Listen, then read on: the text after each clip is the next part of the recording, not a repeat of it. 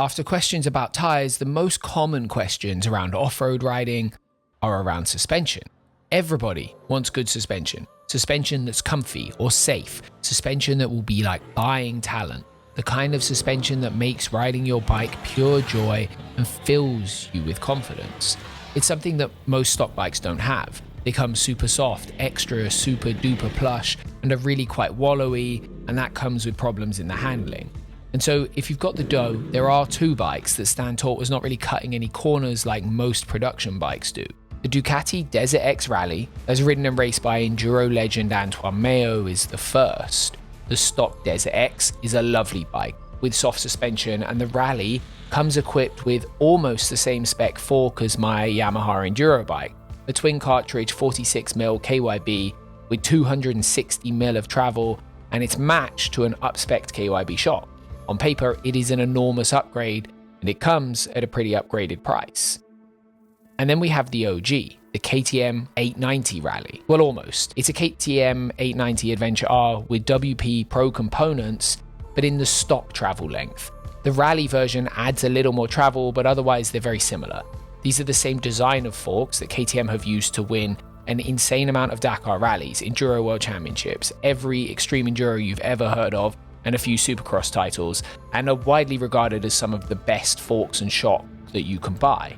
Let's test some suspension.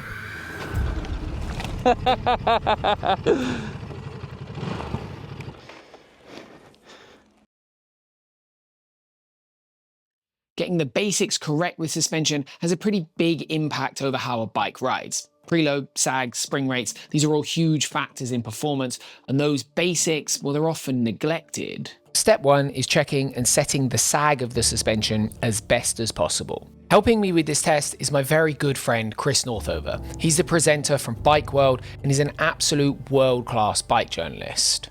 We set this mostly around Chris as he's a pretty normal-sized human. He's average height, average weight, and got average length hair, and there's nothing about me that's average. Upon measuring the sag, it became pretty clear that the KTM and the Ducati are not sprung equally. The Ducati is sprung very softly and sat at around 65mm of static sag. For most off-road focused bikes, the goal is for the rear suspension to be in the region of 10% of the total travel it has as your static sag figure, and 30% with the rider and all of your stuff on board.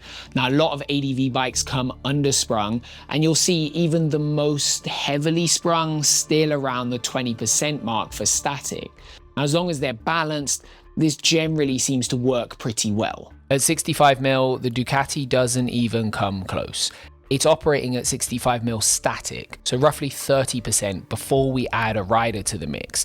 That's soft by any measure. The 890 isn't so soft. It's still probably slightly undersprung, but front to rear it's balanced, and that should be a great starting point. On top of that, I did the prep I do to every test bike. First up, the stock protection parts had to go, so we swapped them for Outback Motortech stuff. On the Desert X, that's full crash bars and a beefy sump guard to protect the exposed engine and that beautiful metal tank. And on the 890, it's a full wrap sump guard to replace the thin aluminium and plastic stock one. I added Krieger OS base and OS 12 bags to both bikes to carry the essentials, and swapped the tires to Dunlop's Trail Max Raids.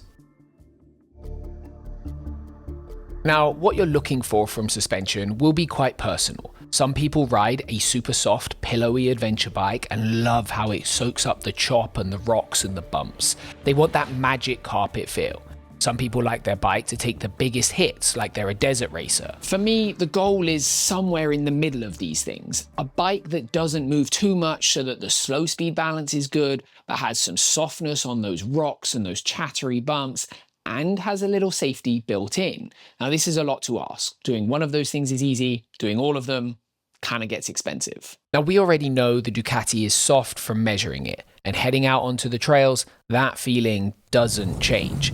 It is soft, and on bigger hits, it's uncomfortably soft, and that theme is throughout the ride experience. Every time there's a bigger hole or something where you need the suspension to hold up and stop things getting a little wild, the Desert X Rally makes you have a little panic, go tense, and hope that it doesn't all get a little too fruity. Little bouncy swap out there from the Ducati. Whoa, Llel. Oh, big bottom out on the Ducati there. That was pretty interesting watching you hit those holes and think this is going to be fine, and then hitting them myself, And it wasn't fine. and it wasn't quite as fine.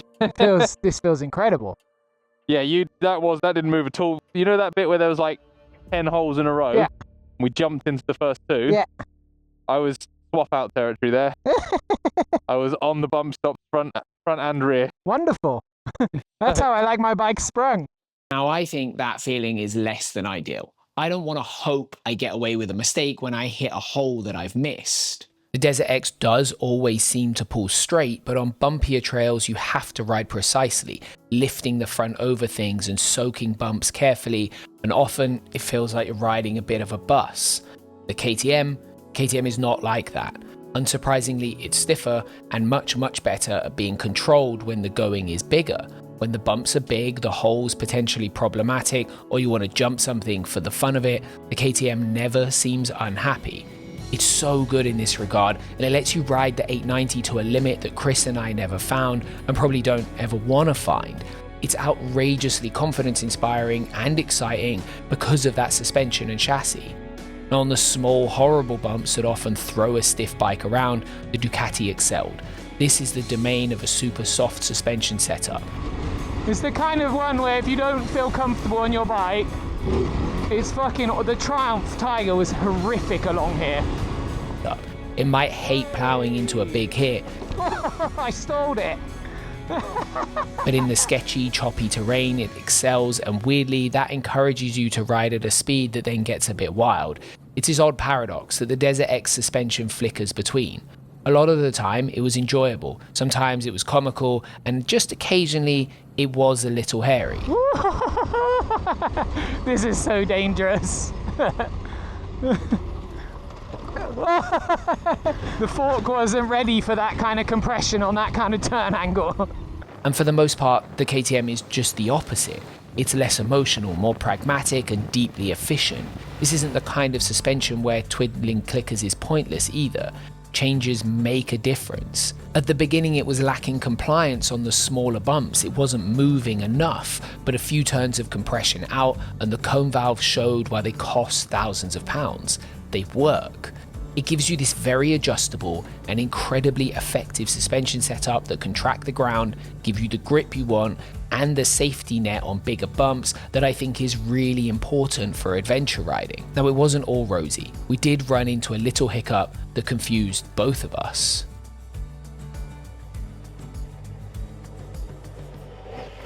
So we just stopped to fiddle with the KTM a little bit because we have discovered on a very specific certain type of terrain, it does everyone's favorite thing, which is head shake. It really inspires some confidence, that. So Chris wanted to see if he could dial a bit more in. Let's ask Chris how that's feeling for him. Not so nice.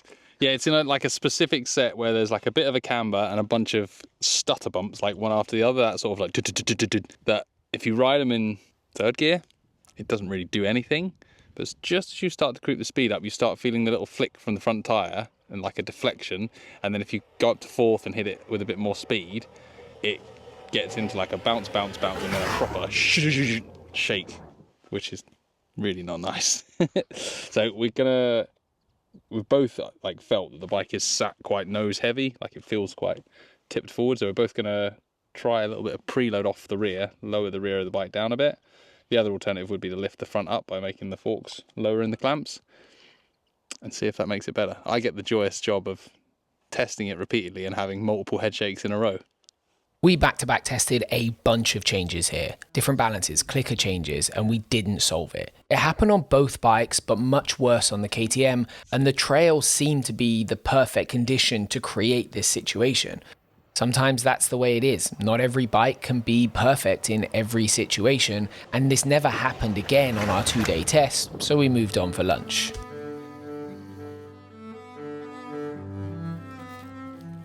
I'm going to interrupt that delicious looking lunch for a second because I'm coming to Australia. At the start of May, I'm going to be joining in on the Adventure Moto Big Bore 6-day ride. Like the name says, it's a 6-day organised ride running a nice 2,200 kilometre lap of New South Wales.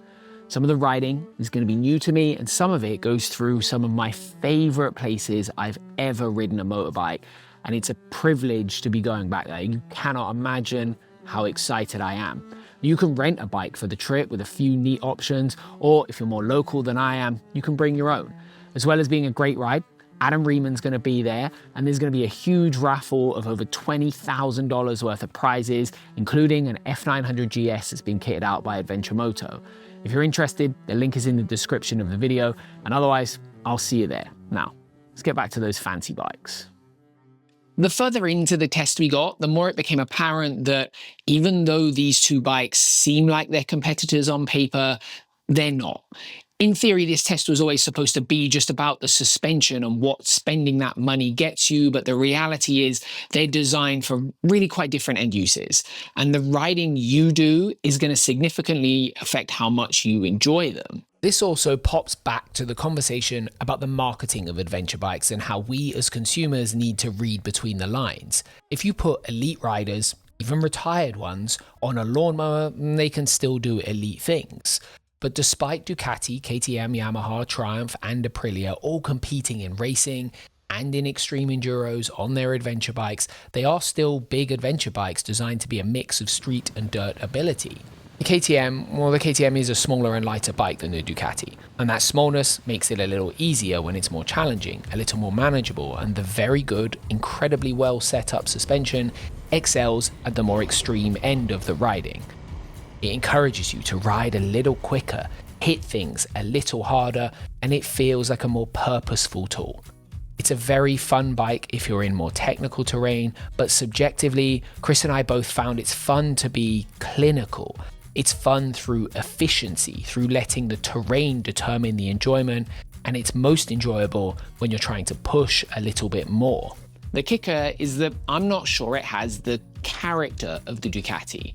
Now, character is a word as a journalist that I despise, even though I have regularly used it in the past. It's fluffy, it's subjective, and as much as I'm loath to admit it, it's a huge part of motorcycles. We have characteristics about bikes that we enjoy, but universally, the character and the overall package of the Ducati, it's a delight to ride. There is no getting away from it. It is a much bigger bike than the KTM. The extended suspension makes an already tall bike taller. The tank is big, the riding position expansive, and it feels much more at home floating along a trail, skipping off bumps or playing on fire roads than it does smashing through big holes and getting rowdy. They're not the same tool, and over 2 long days, despite the Ducati's annoying shortcomings, I think we both enjoyed being on it much more. The engine is fat, torquey and playful, and somehow so is the chassis. Now the answer you're looking for is, does the money justify the improvement and should you buy it? On the KTM, absolutely. It's 30% more expensive, it's probably about 30% better to ride than the stock bike. It's huge, it's fantastic, enjoyable, insanely safe, and I highly doubt you're going to regret purchasing it if you can afford to. Now, in a lot of ways, I like that it's not the extended length version. That'd probably make it a completely different bike to ride. The net result here is if you like the KTM 890s, the WP Pro components are incredible. With the Ducati, Chris and I, we both love that bike. It's a joy to ride, but the suspension in this setup is maybe 5% better than stock. It has the potential to be 30% better, but it's going to need different springs and possibly some oil and maybe even a revalve. At 5% for the price increase of this bike over the stock one and the added seat height, I do think it's a little bit of a hard sell. It looks great, it rides beautifully, but honestly, it's lost to me as to why it's so soft. It feels a bit like Ducati backed out of fully committing to what they built. They put the product in there and then they set it up for an entirely different use case. It's probably a much bigger indictment of marketing departments and product development departments being on completely different pages. It's a theme we're seeing a lot at the moment, and it's not one that I think serves anyone but the sales department particularly well.